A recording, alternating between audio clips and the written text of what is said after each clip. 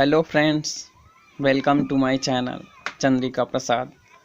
Friends, मैं हूं आपका दोस्त सीपी और रोज़ की तरह आज लेकर आया हूं 10 वर्ड्स, वोकैबुलरी वर्ड्स जो आपके एग्जामिनेशन के लिए और कन्वर्सेशन के लिए बहुत ज़रूरी है। ठीक है फ्रेंड्स, तो स्टार्ट करते हैं। हमारा पहला वर्ड है एलिमेंट्री। एलिमेंट्री का मतलब होता है मूलभूत, प्राथमिक, प्रारंभिक, आधारभूत, बेसिक, फंडामेंटल। मतलब जो चीज़ प्राथमिक रूप से सबसे पहले हमारे लिए ज़रूरी है उसको हम लोग एलिमेंट्री बोलते हैं। जैसे सेंटेंस देखते हैं, bread, cloth and house are our elementary needs. रोटी, कपड़ा, मकान हमारा प्राथमिक ज़रूरत है।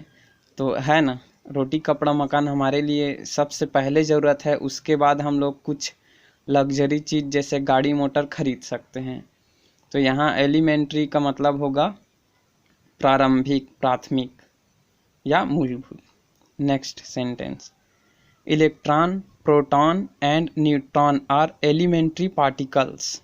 इलेक्ट्रॉन, प्रोटॉन और न्यूट्रॉन प्रारंभिक मतलब मूलभूत पार्टिकल हैं, मतलब कण हैं। दोस्तों, आप लोग को पता होगा हम लोग छोटे छोटे पार्टिकल से, कण से बने हैं, जिसको इलेक्ट्रॉन, प्रोटॉन और न्यूट्रॉन बोलते हैं। तो जो चीज़ सबसे पहले मतलब मूलभूत होता है उसको एलिमेंट्री बोलते हैं। जैसे घर के लिए ईंट हो गया, वैसे हमारी बॉडी के लिए इलेक्ट्रॉन, प्रोटॉन और न्यूट्रॉन एलिमेंट्री पार्टिकल है। ठीक है फ्रेंड्स, एक और सेंटेंस देखते हैं, classes 1 to 5 are called elementary classes are education. तो क्लास 1 से लेकर 5 तक मतलब पहली से लेकर 5वीं तक का जो क्लास है उसको प्राथमिक शिक्षा के तहत बोला जाता है, मतलब प्राथमिक शिक्षा बोला जाता है। यह कह सकते हैं प्रारंभिक क्लासेस, प्रारंभिक कक्षाएं बोलते हैं उसको। ठीक है फ्रेंड्स, तो जो बच्चे जाते हैं पहली से 5वीं तक का, वो प्रारंभिक शिक्षा लेने के लिए 5वीं तक पढ़ते हैं, तो उसी को एलिमेंट्री क्लासेस बोलते हैं। हमारा अगला वर्ड देखते हैं जो है सिनिक। सिनिक निंदक लोग को बोलते हैं, मानवद्वेषी, दोषदर्शी, जो किसी इंसान में हमेशा गलती ढूंढते रहते हैं या दोष निकालते रहते हैं। जैसे कबीर साहब जी का जो दोहा है ना, निंदक नीरे राखिए, वही वाला निंदक है फ्रेंड्स ये सिनिक। तो सेंटेंस देखते हैं, usually cynics don't like government policy. जो निंदक लोग होते हैं, सिनिक लोग होते हैं, वो जनरली गवर्नमेंट का जो पॉलिसी होता है उनका बुराई करते रहते हैं, है ना, कि गवर्नमेंट ने ये नहीं किया, गवर्नमेंट ने वो नहीं किया, इस नियम में ये खामी है, इस नियम में वो खामी है, ऐसा। तो उन लोग को सिनिक्स बोलते हैं। Usually cynics don't like government policies. एक और sentence, please don't be such a cynic, whatever I do is only for you. Please don't be such a scenic. इतना निंदक मतलब इतना दोषदर्शी मत बनो, मैं जो भी करता हूँ, whatever I do is only for you, वो तुम्हारे लिए ही है। Please don't be such a cynic, whatever I do is only for you. Next word, mass. Mass का मतलब होता है जनता दोस्तों, जन साधारण बोलते हैं, जन समुदाय बोलते हैं। और इस वर्ड मास का प्रयोग कभी कभी प्लूरल के लिए भी होता है, कभी सिंगुलर के लिए भी होता है। ठीक है, इसमें इनफॉर्मल इंग्लिश में।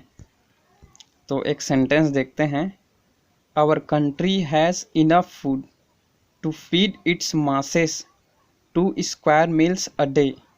Our country has enough food, हमारे देश के पास पर्याप्त भोजन है, टू फीड इट्स मासेस, अपने देश के जनता को खिलाने के लिए, टू फीड इट्स मासेस, जनसाधारण लोगों को खिलाने के लिए हमारे देश के पास पर्याप्त भोजन है।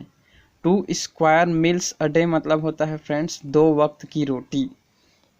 तो यहाँ मेन होगा पूरा सेंटेंस कि 2 वक्त की रोटी को खिलाने के लिए हमारे देश के पास, अपने जनता को खिलाने के लिए हमारे देश के पास पर्याप्त भोजन है। Our country has enough food to feed its masses 2 square meals a day. Next word देखते हैं, हॉन्ट। हॉन्ट का मतलब होता है परेशान करना, सताना, और भूत प्रेत होता है उसको भी हॉन्ट बोलते हैं। तो जो भूत प्रेत से रिलेटेड मूवी होता है उसको हम लोग हॉन्टेड बोल सकते हैं, है ना। जैसे राज 3, राज का सीरीज, और हॉन्टेड नाम का एक मूवी ही है ना। तो उसमें भूत भी परेशान करता है लोगों को, तो इसलिए आप इससे रिलेट करके समझ सकते हैं। सेंटेंस देखते हैं, the monster of starvation. Starvation का मतलब होता है भूखमरी, मतलब जहाँ खाने की कमी हो, है ना, भूखमरी। तो मॉन्स्टर ऑफ स्टारवेशन, मॉन्स्टर का मतलब होता है राक्षस, दानव। तो भूखमरी का दानव, the monster of starvation continues to haunt, वो जारी रखता है परेशान करना। किसको? The poor in our country, गरीब लोगों को परेशान करना जारी रखता है ना। The monster of starvation continues to haunt the poor in our country. Can you watch alone any haunted movie in cinema? क्या आप किसी भूता पिक्चर को, भूत वाले पिक्चर को अकेले सिनेमा में देख सकते हैं? ये पूछ रहा है फ्रेंड्स इसमें। Can you watch alone any haunted movie in cinema? Next word, openness. Open का मतलब खुला होता है, खुला खुला, है ना। तो ओपननेस, इसको हम लोग नाउन बनाए हैं, ठीक है। ओपन से ओपननेस, तो ओपननेस का मतलब होता है निष्कपटता, जिसमें कोई कपट ना हो, है ना, धोखा देने वाला बात ना हो। सादगी, निर्मल, सीधा साधा। जो लोग खुले दिल के होते हैं उनके लिए ओपननेस वर्ड का प्रयोग कर सकते हैं। India is known in the world for its openness. Bharat पूरे दुनिया में अपने निष्कपटता के लिए, सीधे साधे मिजाज के लिए जाना जाता है।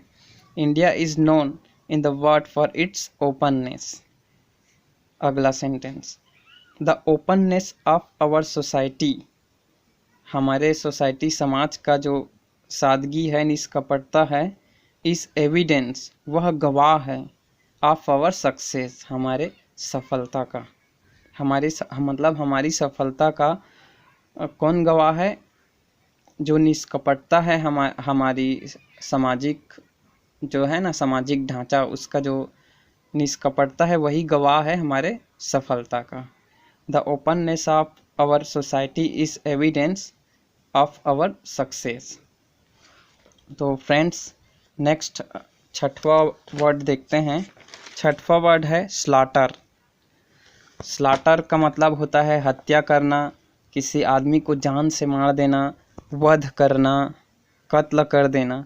तो फ्रेंड्स यहाँ स्लॉटर में GHT स्पेलिंग है, तो स्लाघटर मत पढ़ना इसको, ठीक है, इसको स्लॉटर पढ़ते हैं। GHT में GH साइलेंट रहता है, तो स्लॉटर होगा इसका प्रोनाउंसिएशन। सेंटेंस देखते हैं, anciently man danced for joy round fire.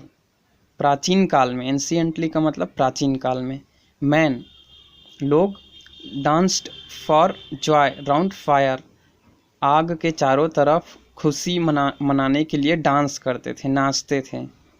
After the defeat and slaughter of his enemy, अपने जो इनेमी है मतलब शत्रु है उसको डिफीट करने के बाद, मतलब हराने के बाद, एंड स्लॉटर, और उसको मार डालने के बाद, मतलब अपने इनेमी को, शत्रु को पूरी हराने और मार डालने के बाद पुराने ज़माने के लोग आग के चारों तरफ डांस किया करते थे। Anciently man danced for joy round fire after the defeat and slaughter. Next word yell. Yell का मतलब होता है चिल्लाना, शोर मचाना। जैसे डांस करते थे प्राचीन लोग अपने इनेमी को हराने के बाद, तो चिल्लाते थे, और जिंगल ला लहू वाला, है ना। तो उसी को येल बोले हैं, और मैं उसी से रिलेटेड आपको वर्ड सेंटेंस भी दे रहा हूँ और वर्ड भी दे रहा हूँ आगे। तो anciently man and women yelled during dancing, प्राचीन काल में पुरुष और औरत डांस करते हुए चिल्लाते थे या शोर मचाते थे। Anciently man and women yelled during dancing. Next word coherent.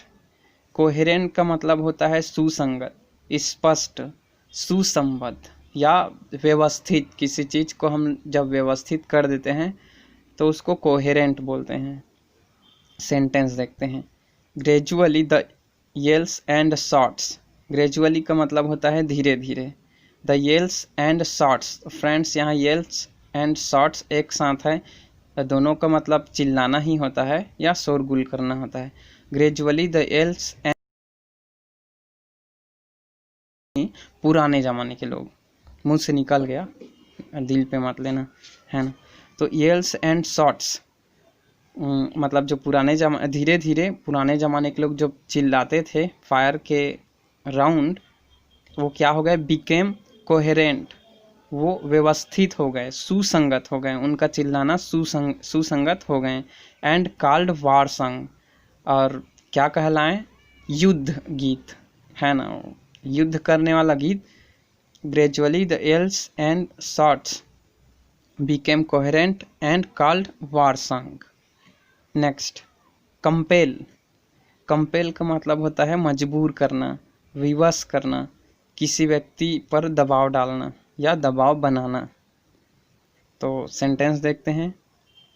He was compelled, उसको मजबूर किया गया या उस पर दबाव डाला गया। To leave the room, room को छोड़ने के लिए। He was compelled to leave the room. Next sentence. You can not compel me, आप मुझे मजबूर नहीं कर सकते। To go to market alone, अकेले मार्केट जाने के लिए आप मुझे मजबूर नहीं कर सकते। You can not compel me to go to market alone. Next और आखिरी वर्ड परसूट। परसूट का मतलब होता है लक्ष्य, उद्देश्य, धंधा, कामकाज। जब हम कुछ लक्ष्य रखते हैं, जैसे मुझे सरकारी नौकरी पाना है, तो इसको हम लोग परसूट बोलते हैं। सेंटेंस देखते हैं। पावर एंड पोजेशन, फ्रेंड्स यहाँ पोसेशन नहीं बोलते हैं, इसको पोजेशन बोलते हैं, ठीक है। Power and possession have been central pursuits, शक्ति और किसी चीज़ पर अधिकार कर लेना, है ना। हैव बीन सेंट्रल परसूट, वो क्या रहा है, हैव बीन सेंट्रल परसूट्स, वो हम लोग मतलब लक्ष्य रहा है, किसी का भी आगे पढ़ेंगे, वो लक्ष्य रहा है। Of modern civilisation for a long time. मैं इसको समाप्त कर देता हूँ। Power and possession have been central pursuits of modern civilisation for a long time. लंबे समय से आज का जो सभ्य समाज है हमारा, उनका मेन लक्ष्य क्या रहा है, पावर और पोजेशन, मतलब पावर लेना, और पोजेशन करना मतलब किसी भी चीज़ को हड़प लेना, अधिकार कर लेना। ये सिस्टम हम लोग का सेंट्रल परसूट रहा है, मतलब मेन धंधा, मेन उद्देश्य रहा है लंबे समय से। Next sentence. Helping people should be our main pursuit, लोगों की मदद करना हमारा मेन उद्देश्य होना चाहिए, मुख्य उद्देश्य होना चाहिए। Helping people should be our main pursuit. तो फ्रेंड्स यहाँ 10 वर्ड्स हो गए, और वीडियो को हम लोग एंड करते हैं और फिर मिलते हैं नेक्स्ट अगले पार्ट में, जिसमें भी 10 वर्ड रहेगा। ठीक है फ्रेंड्स, तो बाय।